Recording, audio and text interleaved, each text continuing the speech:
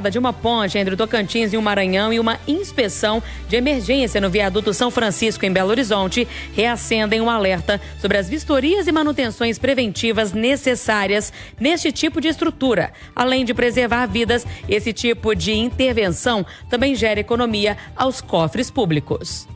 No caso da ponte sobre o rio Tocantins, documentos do DENIT, o Departamento Nacional de Infraestrutura de Transportes, já apontavam em 2020 a necessidade de recuperação após a identificação de problemas estruturais, vibração excessiva, ferragem exposta e corroída, fissura em todos os pilares estão entre as falhas identificadas. Em Belo Horizonte, o Corpo de Bombeiros e a Defesa Civil fizeram uma avaliação de emergência no viaduto São Francisco, no encontro do anel rodoviário com a Avenida Antônio Carlos, e constataram dilatação perto das vigas de concreto e sinais de infiltração, sem risco de queda da estrutura, que também teve a segurança garantida pelo DENIT. Na avaliação de Alexandre Deschamps, presidente do IBAP Minas, o Instituto Brasileiro de Avaliações e Perícias de Engenharia do Estado, o modelo de vistorias de pontes e viadutos estabelecido pelo DENIT é seguro,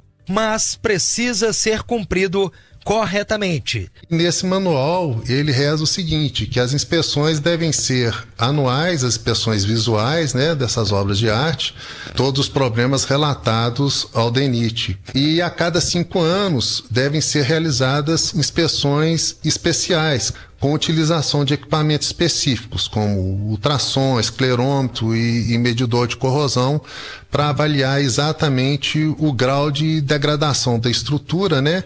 E a necessidade urgente, eminente ou não, de se fazer uma manutenção nessa estrutura. Esse tipo de avaliação, se tudo for cumprido da forma com que o DENIT estabelece, a gente evitaria tragédias como a ocorrida lá no Tocantins? Esse tipo de avaliação que o manual determina é uma avaliação eficiente.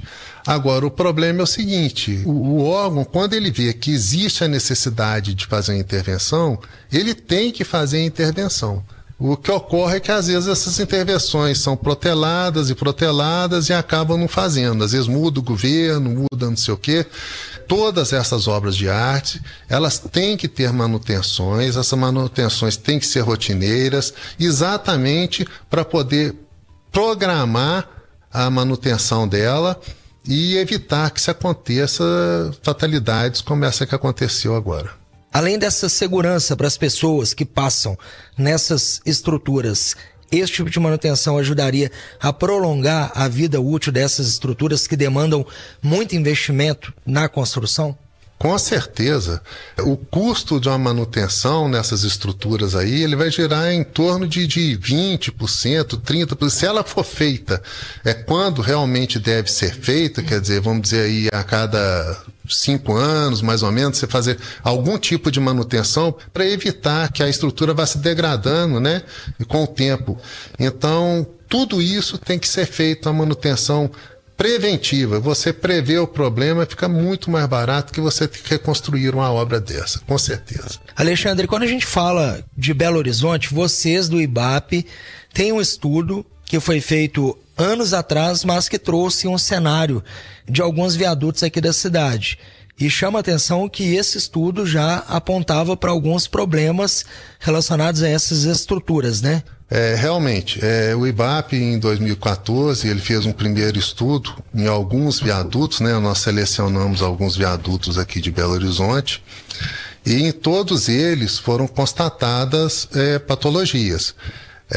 Problemas como infiltração, ferragem aparente, falta de manutenção na parte da pista de rolamento, né? Então todos eles tinham algum problema que com certeza necessitava, né, de algum tipo de manutenção.